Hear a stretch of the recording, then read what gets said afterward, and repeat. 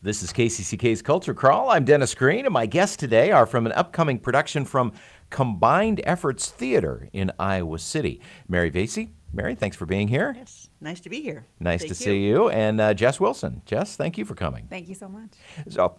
So before we talk about the 37th Annual Eastern Iowa StarCon, Mary, tell us a little bit about Combined Efforts Theater for those who may not be familiar with it. Combined Efforts Theater was started in 2002 by Janet Schlapkohl at City High. She was a special education teacher, and she noticed that many of her students were very talented.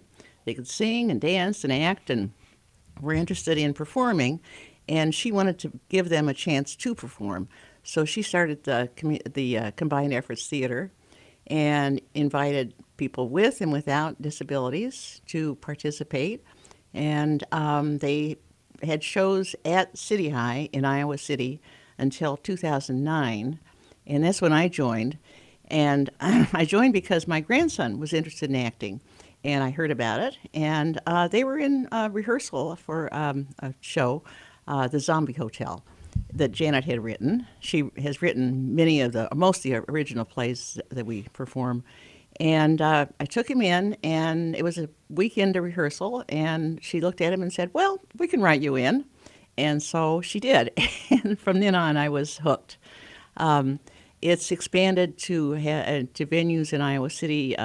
From City High, we went to shows in the country and on a farm, and country camp farm, and 3 buildings at the Johnson County Fairgrounds. And we've had shows at the Coralville Center for Performing Arts. We've expanded from 1 play a year to 2, and then to 2 major plays, and then a variety of shows. And we have a choir, a men's choir, a dance group, a writing group that Jess will talk about, and we're adding several other groups. So since you've had personal experience because your grandson has been involved with this, have you seen that it's had a positive effect on him and the other young people? Well, young and people of all ages. I know it's people of all ages who are involved. Yeah, up to 83. But do you see that it has a positive impact on their outlook and social skills and attitude? Everybody's, we don't generally, everybody has a chance to perform according to their abilities and their strengths. We really look at their strengths. And everybody that I know has really benefited. They've gained confidence. I have one friend in it who I've known since he was in 4th grade, and he's gone from being very, very shy and just getting out there and really going for it. And he's on the board. I'm on the board, too. We have a board of directors. And very active. It's made a big difference in his life. And we have dancers, actually. I noticed they will say, well, the big thing about being in the dance group is that they have friends. They have lots of friends, and they do things together. They have birthday parties together. And I think that actually disability kind of drops from your consciousness. You don't think about that much at all. And everybody benefits from it. Everybody's just friends. It's really, it's a great experience, and it's good entertainment.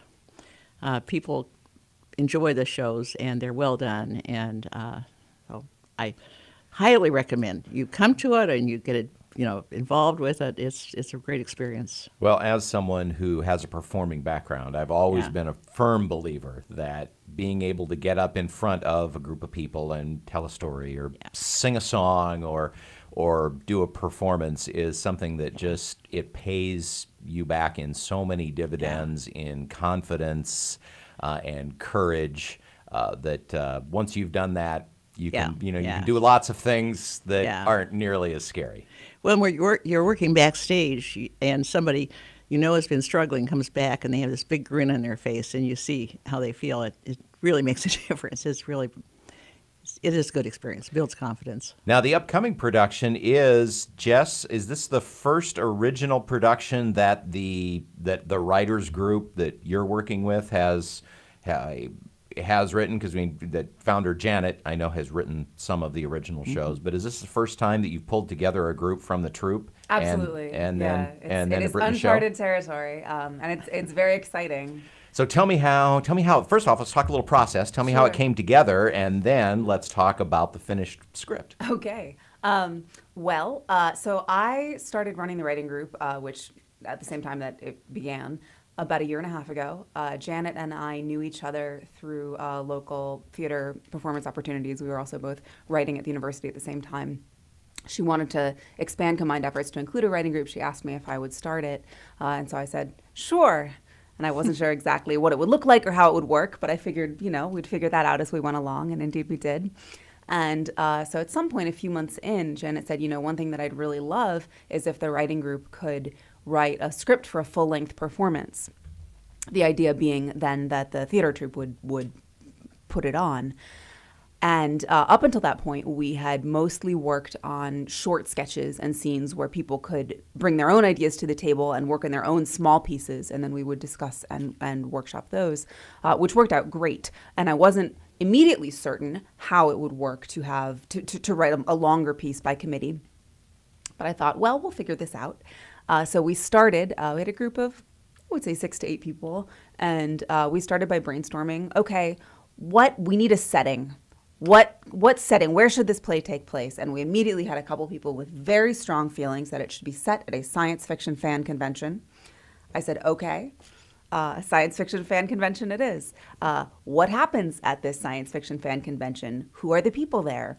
And from there, we got the strongest consensus was around they wanted there to be some kind of Romeo and Juliet / West Side Story vibe going on, only between the Trekkies and the Star Wars fans instead of crossing that gulf, star-crossed, if you will. And they also really wanted there to be an Ocean's 11 type heist. And I said, okay, well, we need to figure out how this is going to work with Romeo and Juliet at the science fiction fan convention, but I'm sure we can get there. We brainstormed characters. I assigned everyone 2 or 3 characters and asked them to write up their own ideas about who this character was, what their backstory was, their likes, their dislikes, and I compiled those into a character Bible, which I then gave copies of to everyone so that everyone had all the same backstory about all of the different characters in this play, and then we broke it down into scenes.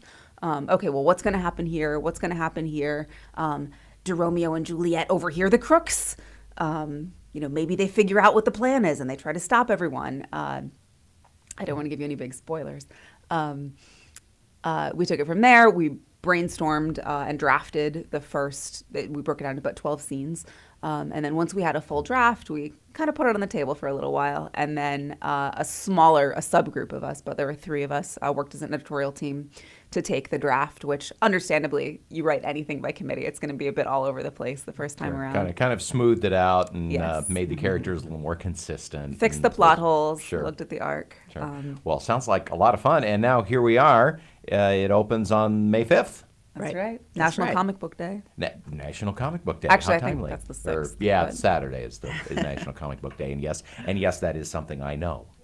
I've been to a couple of sci-fi conventions, and you're right. They are ripe for stories and tales and things like that happen behind the scenes and interesting characters. One thing that I'm excited about, I feel like all of the Combined Efforts productions that I've seen, they're big, they're colorful, they're exciting. There's a real exuberance and energy in the room. I think the setting in this story plays into that. And just to build on what Mary was saying before, one of the wonderful things about Combined Efforts is that while it is a wonderful process for everyone involved, it's not only about process, it's also about producing something that's legitimately fun to see and come to and enjoy no matter who you are.